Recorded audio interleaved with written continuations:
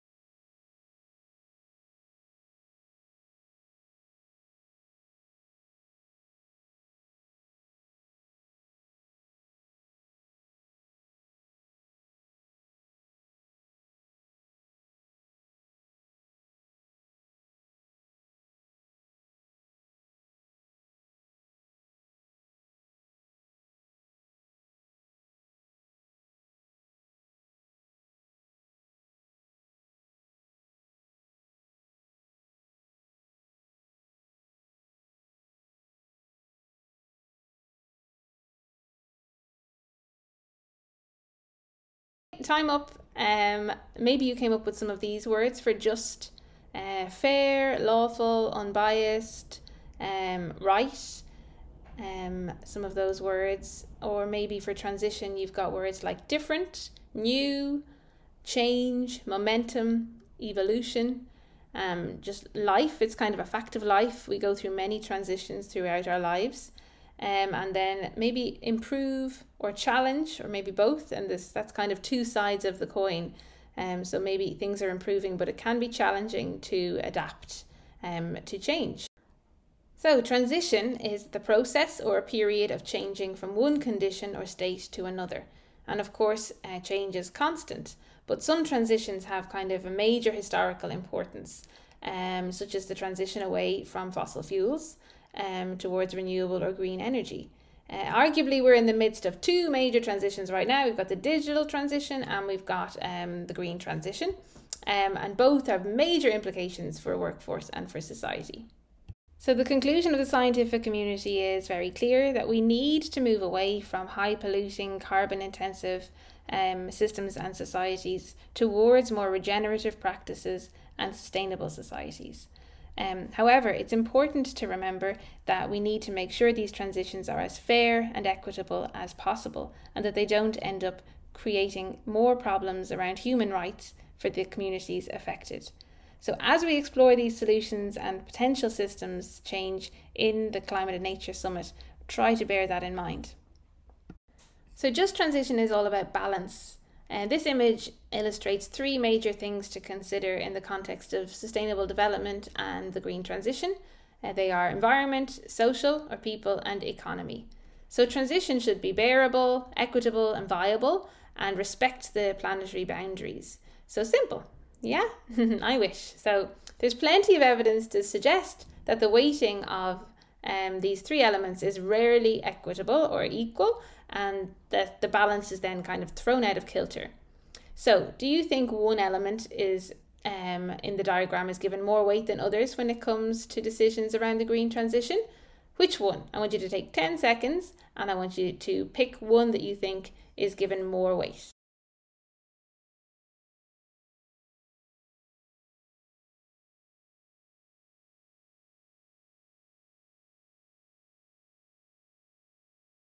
Thanks. So keep that initial thought in mind as we start to delve a little bit deeper.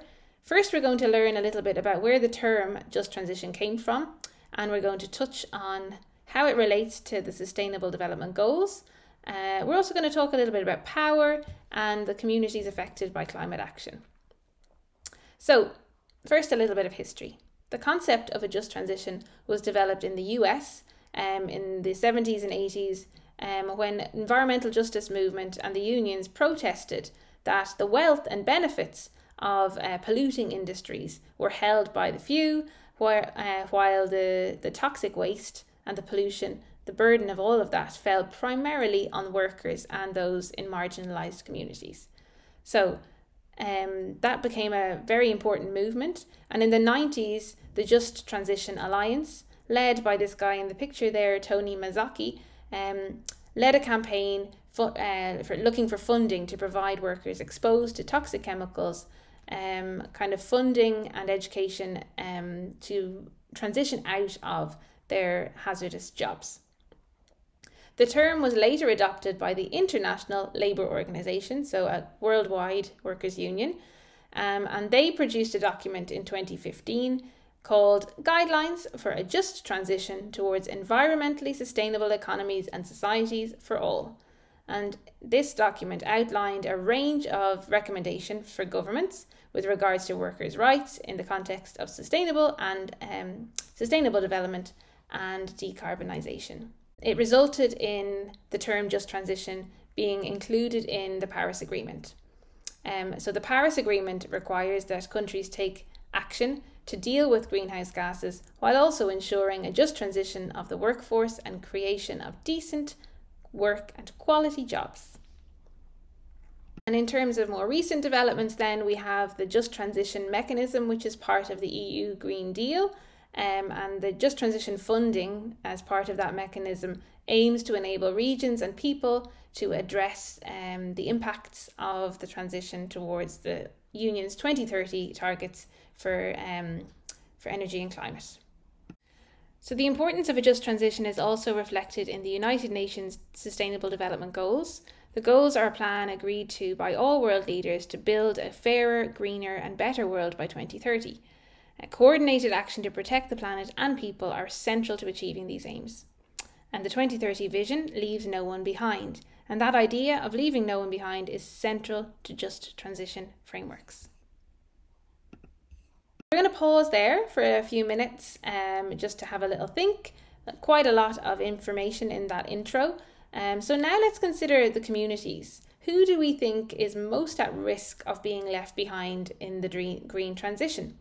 Who is on the front line? Think about here in Ireland as well as globally. So I'd like to invite you now to just pause your video, just press pause and take 3 to 5 minutes just to come up with a list of communities or people that you think are most affected. Of course, all of us will be affected to some extent by this transition, and everyone deserves a just transition, but there is a focus on particular communities of workers. These communities are quite diverse, and there are many populations and workforces that could be negatively impacted by climate action. For example, by losing jobs and livelihoods due to the ecological impact of the industries that they work in. So globally, most focus is on coal, oil, shale, peat and other carbon-intensive regions of the world. In Ireland, the main focus has been on the Midlands area of the country due to the significance of peat extraction for that region. In the early years of the Irish state, the ESB and Bord na Móna were huge indigenous industries which successfully electrified the country. The ESB was actually the world's first publicly owned energy system. And these industries fueled Ireland's economic growth. Large sections of the Midlands region were highly dependent on peat extraction for their livelihoods, therefore, and these communities are at high risk of being left behind in the transition away from fossil fuels. The Just Transition Fund, which is part of the European Green Deal, has focused on the Midlands region for this reason. The fund aims to focus on enabling regions to address the social, employment, economic and environmental impacts of the green transition. We at GAP are currently working alongside the Irish Architecture Foundation on a place-based community project with former peat workers in the Midlands called Reimagine. Through this work, the concept of just transition has been central, and I'm going to share some insights into what we've learned to try and give you a better understanding of the people being affected and to invite you to consider whether you think the transition they're experiencing is fair. The images you can see here depict briquettes there on the top left. You can see industrial peat extraction also, and there's an advert that is from the 1950s recruitment drive for peat workers. Bord na Móna was founded in 1946 to harvest peat for energy production, and there were two main aims here. First, to provide energy for security for an independent Ireland, and second, to provide jobs and development opportunities for the Midlands region. And this was another massive transition. Workers moved from all over Ireland and further afield to work with the semi-state company, and many were housed in purpose-built housing schemes designed by architect Frank Gibney. This would have been a massive improvement in the living standards of the workers who moved there. Things like indoor plumbing, separate rooms, affordable rent, they all would have been highly sought after.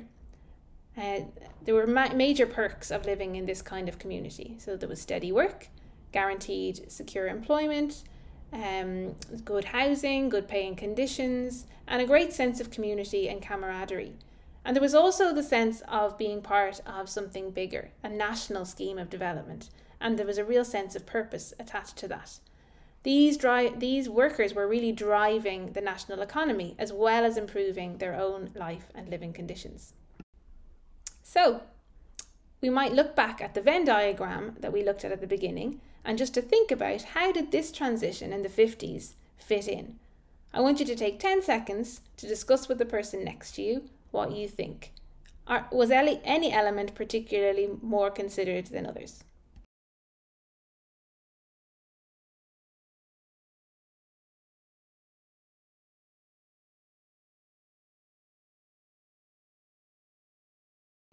Okay, so in the 1950s, the transition they experienced was great for people and the economy. It was a massive change in the living conditions, massive improvement, and we had an indigenous economy for the first time, basically, and we had electrified the country. However, we now know that it was extremely detrimental to the environment. So peat bogs act as carbon sinks, and healthy peatlands store a quarter of all soil carbon, even though they make up only 3% of the Earth's land area.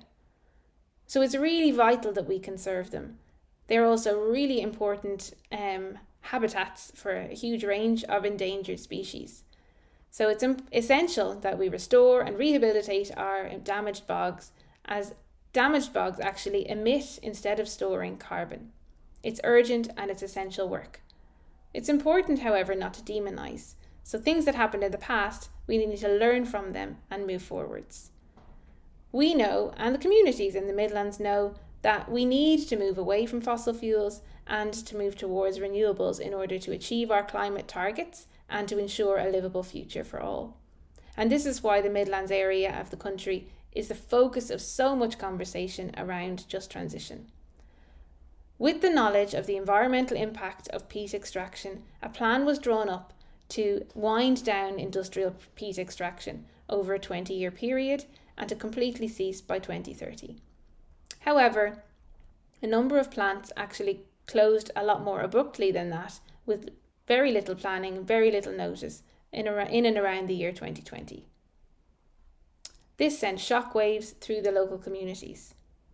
So, what element in the Venn diagram do you think was neglected in this instance? How does this abrupt closure relate to our Venn diagram? What aspect of sustainable transition was not being adequately considered? I'd like you to take another 10 seconds to share your thoughts with your partner now.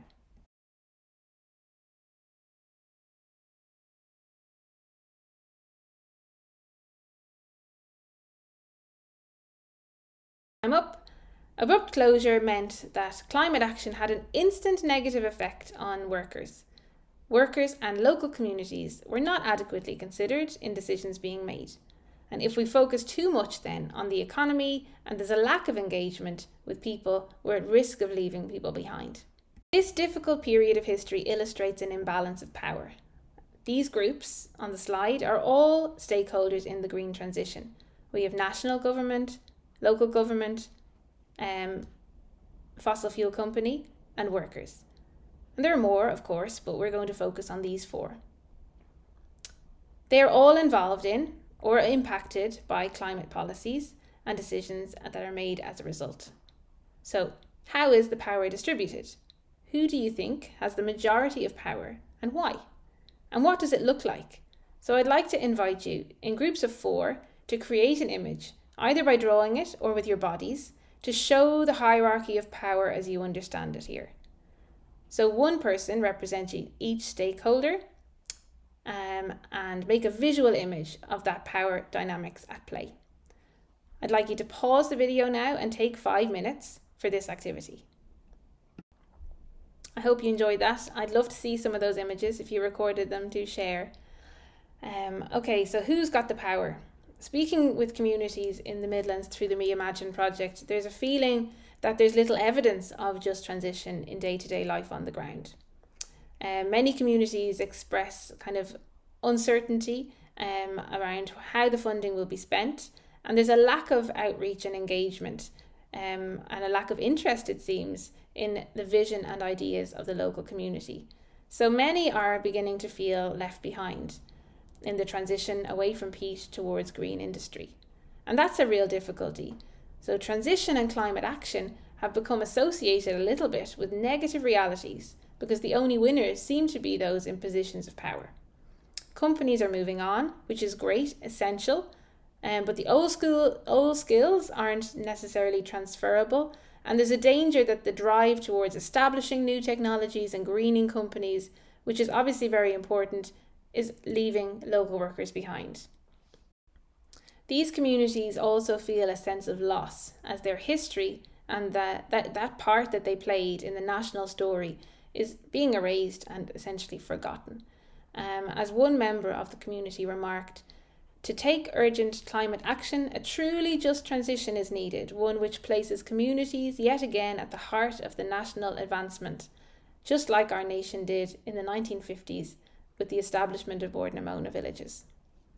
So instead of building on the success of this past transition, however, climate action is becoming associated with injustice and viewed as an instrument of injustice because the only winners seem to be those in the positions of power.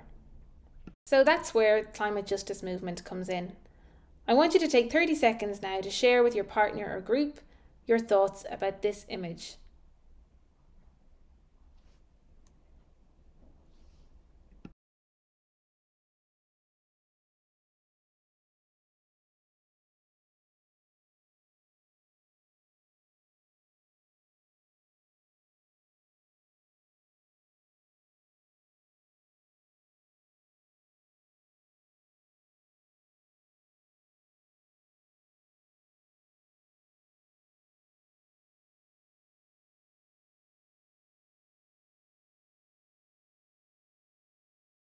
Many of the communities that are now in danger of being left behind by climate action are doubly at risk due to other factors, such as class, race, gender, rural isolation, lack of access to education, and more. And climate justice is essentially about recognising the fact that the climate crisis disproportionately affects people who are low income, especially Black, Brown, Indigenous people. And they are also, those people are the ones who are going to have the least resources to cope with the changes that climate change brings. For example, right now we're experiencing a cost of living crisis and an energy crisis, and those people who are most at risk of fuel poverty are also unable to afford kind of insulation for their houses. So that's a good example of how it's a double injustice. Because climate activists and trade unionists are aware of this imbalance of power that we've explored and the real danger that climate action could negatively impact on people's human rights and quality of life if not done well, they emphasise the need for social dialogue and social inclusion as essential aspects of achieving the just transition. NESC, who are the National Economic and Social Council, recommends that there is a clear need for definitions and indicators as to what constitutes justice. Justice for whom and according to whom. And this needs to be co-created with vulnerable groups rather than imposed from the top down. ILO guidelines also foreground social dialogue as an essential foundation for the development of goals and policies around the green transition. And they state that it should be adequate, ongoing, and inclusive of all stakeholders. And that's a key guiding principle. In other words, a democratic and egalitarian approach which puts climate action and social justice together on a shared timeline. Climate justice recognises that we can't tackle climate change solely through technological solutions, changing from fossil fuels and renewable energy alone, although that is very important. We cannot risk focusing overly on the economic side of things and the technological solutions without due consideration to the human, cultural, and societal impacts. So human rights, equality, inclusion all need to be embedded in the approach. Why is this important, do you think? What kinds of problems could arise if social dialogue is not engaged with in a meaningful way?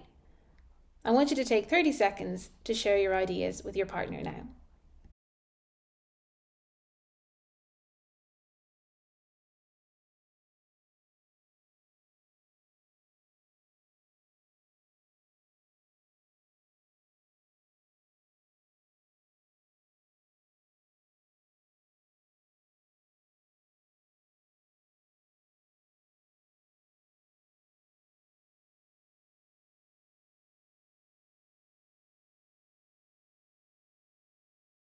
Okay, that's time up.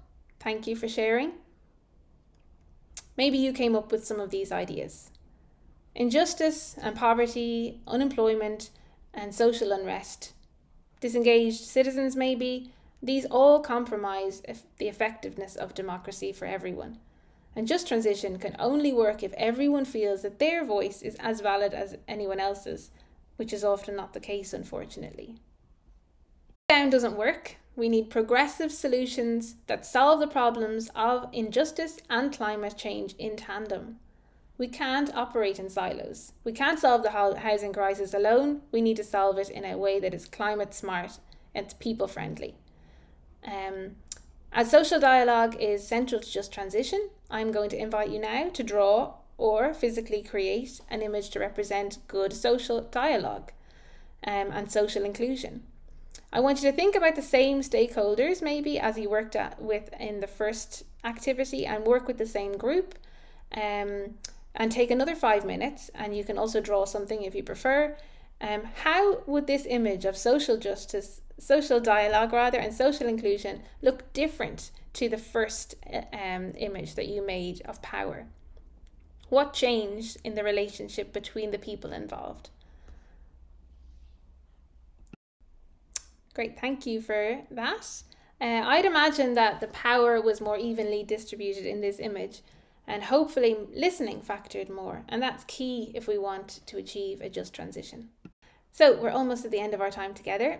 Thank you very much for participating today. I hope you've got a slightly deeper understanding of what a just transition is. Maybe this has raised some more questions for you, and I'd really encourage you to probe these a little bit deeper. If you'd like to learn more, or if you'd like to follow up at all, feel free to get in touch. To end today, I'd like to invite you, either as a class or individually, to consider what a just transition should look like on the ground in your community, and to capture that in words and images. So this activity could be completed in school or it could be done at home. To get you started, I'm going to share some ideas that the communities in the Midlands came up with when we asked the same question. And I'd like to thank my colleague Irene Nihulawan for creating these images from their ideas. So here we have environment and family life. Ideas like planting trees, forest gardening, and thinking about new family traditions on the bog featured. Here's work, balance, security, community and employment opportunities in the green economy all came up. Thinking about communal spaces prompted ideas about shared community ownership and participation in decision making. Sharing skills as well as tools also featured. and privatisation was seen as a potential block of this kind of communal sharing. Now finally we have transport. E-bikes, inclusive and accessible transport solutions came out of this conversation. Thanks again for your time. Enjoy the rest of the Climate and Nature Summit, and don't forget to talk about what you learn with your family and friends. And I wish you all the very best. Slán.